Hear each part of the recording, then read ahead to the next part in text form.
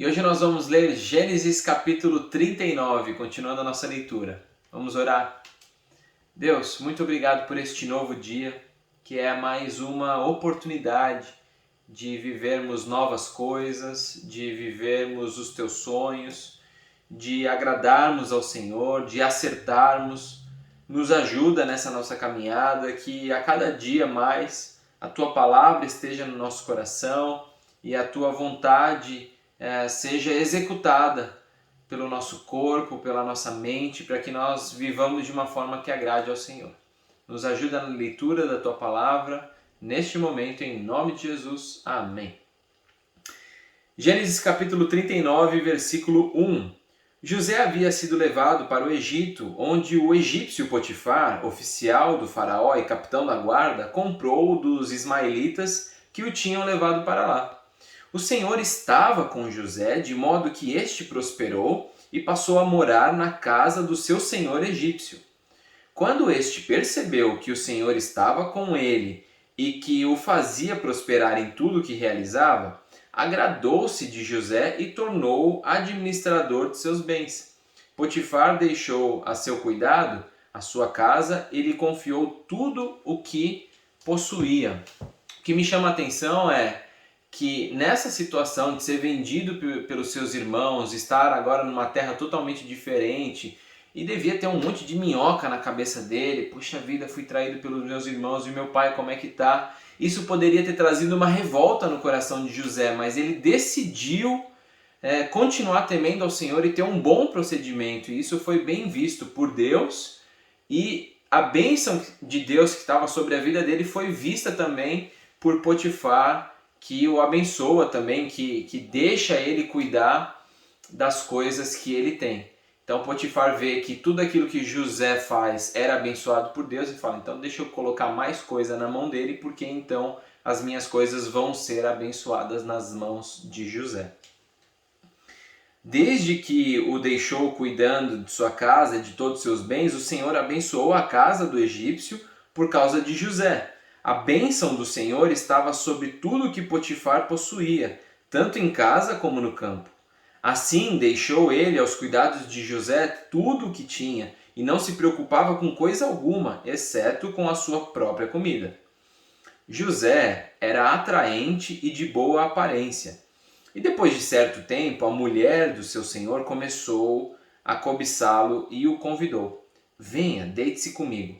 Mas ele se recusou e lhe disse, o meu senhor não se preocupa com coisa alguma de sua casa, e tudo o que tem deixou aos meus cuidados. Ninguém desta casa está acima de mim. Ele nada me negou a não ser a senhora, porque é a mulher dele. Como poderia eu, então, cometer algo tão perverso e pecar contra Deus? Assim, embora ela insistisse com José dia após dia, ele se recusava a deitar-se com ela e evitava ficar perto dela. Um dia ele entrou na casa para fazer as suas tarefas e nenhum dos empregados ali se encontrava. Ela o agarrou pelo manto e voltou a convidá-lo. Vamos, deite-se comigo. Mas ele fugiu da casa deixando o manto na mão dela. A gente não sabe se ele estava vestindo alguma coisa embaixo do manto ou não. Se tivesse vestindo alguma coisa, ele deixou o manto lá e saiu com a roupa de baixo. Se não tivesse nada, ele saiu correndo pelado mesmo. Quando ela viu que ao fugir ele tinha deixado o manto em sua mão, chamou os empregados e lhes disse, vejam, este hebreu nos foi trazido para nos insultar. Ele entrou aqui e tentou abusar de mim, mas eu gritei. Quando me ouvia gritar por socorro, largou seu manto ao meu lado e fugiu da casa. Ela conservou o manto consigo até que o senhor de José chegasse a casa, o Potifar, o marido dela. Então repetiu-lhe a história. Aquele escravo hebreu que você nos trouxe aproximou-se de mim para me insultar, mas quando gritei por socorro, ele largou seu manto ao meu lado e fugiu. Quando seu senhor ouviu o que a sua mulher lhe disse, foi assim que o seu escravo me tratou, ficou indignado, mandou buscar José e lançou-o na prisão em que eram postos os prisioneiros do rei. Então, se faltava mais alguma coisa para José se revoltar e começar a agir de forma desvairada, achando ou pensando ou vendo através da sua própria vida que ele era um injustiçado, mesmo agradando o coração de Deus na casa de Potifar e Deus abençoando tudo aquilo que ele fazia, agora ele está sendo enviado para a prisão injustamente? É agora então que José vai chutar o balde? Vamos ver. José ficou na prisão, mas o Senhor estava com ele e o tratou com bondade, concedendo-lhe a simpatia do carcereiro.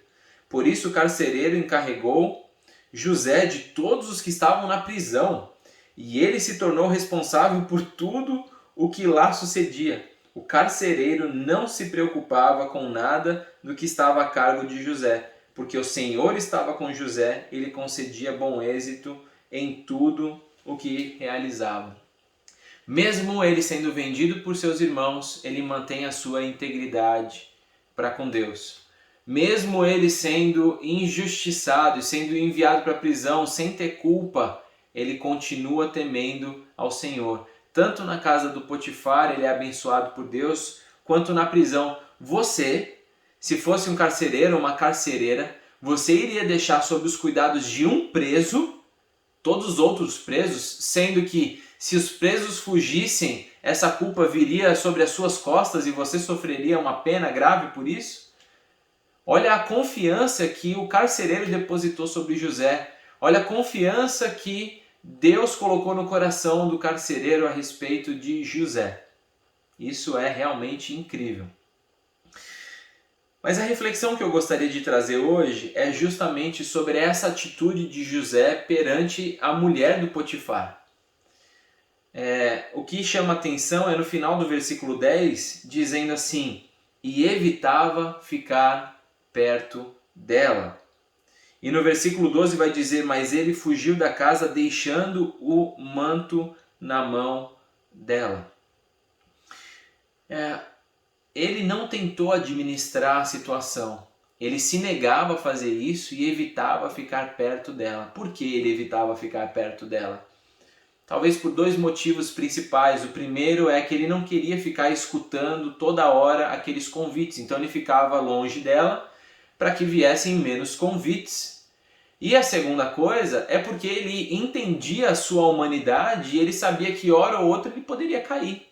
E ele não queria administrar essa situação porque poderia ser uma situação muito perigosa. Porque no versículo 12, quando fala que ele deixa um manto na mão dela, ele poderia muito bem ter puxado o manto e falado: eu não vou dormir com você, deixa eu continuar trabalhando aqui. Mas a atitude dele é correr. Ele viu alguma situação ali, ou ele sentiu algo no coração dele que ele falou que se ele ficasse, talvez as coisas piorariam. Na nossa vida, às vezes é a mesma coisa. Talvez a gente esteja lutando com o pecado da forma errada. Talvez a gente esteja caindo sempre no mesmo erro, porque nós estamos lidando da maneira errada. Há coisas que nós precisamos enfrentar, mas há tipos de pecado e tentações que nós temos que fugir. Que Deus nos dê força e nos dê discernimento para enxergar as situações e a gente ter força para fugir. Você sabe aquilo que o seu coração é propenso a se entregar, a se deixar deleitar pelos prazeres e pelas coisas que Deus não se agrada. De repente você não sabe mais o que fazer para deixar de pecar nessa área. E talvez essa seja a resposta. Pare de bater de frente, pare de ficar pertinho ali. Faça como José. Ele evitava ficar perto daquilo que poderia fazer ele cair.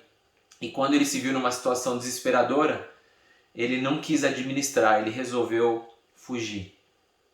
Há situações que nós enfrentamos, mas há situações que nós devemos fugir e ficar longe. Que Deus me ajude, que Deus te ajude. Vamos orar? Deus, te agradecemos, porque podemos ver exemplos ruins na Bíblia, de pessoas que pisaram na bola e aprender com isso, e podemos ver agora essa situação de José, como ele temia o Senhor em todos os locais que ele estava e também como ele se livrou de pecar contra o Senhor. Que assim como José nós possamos ter esse discernimento e essa coragem, essa força vinda do Senhor para ficarmos longe de algumas situações, para ficarmos longe do pecado, para fugirmos de algumas situações, para que nós não desagrademos o teu coração. Nos ajuda em nossa caminhada, em nome de Jesus. Amém. Que Deus te abençoe e até amanhã, Gênesis capítulo 40.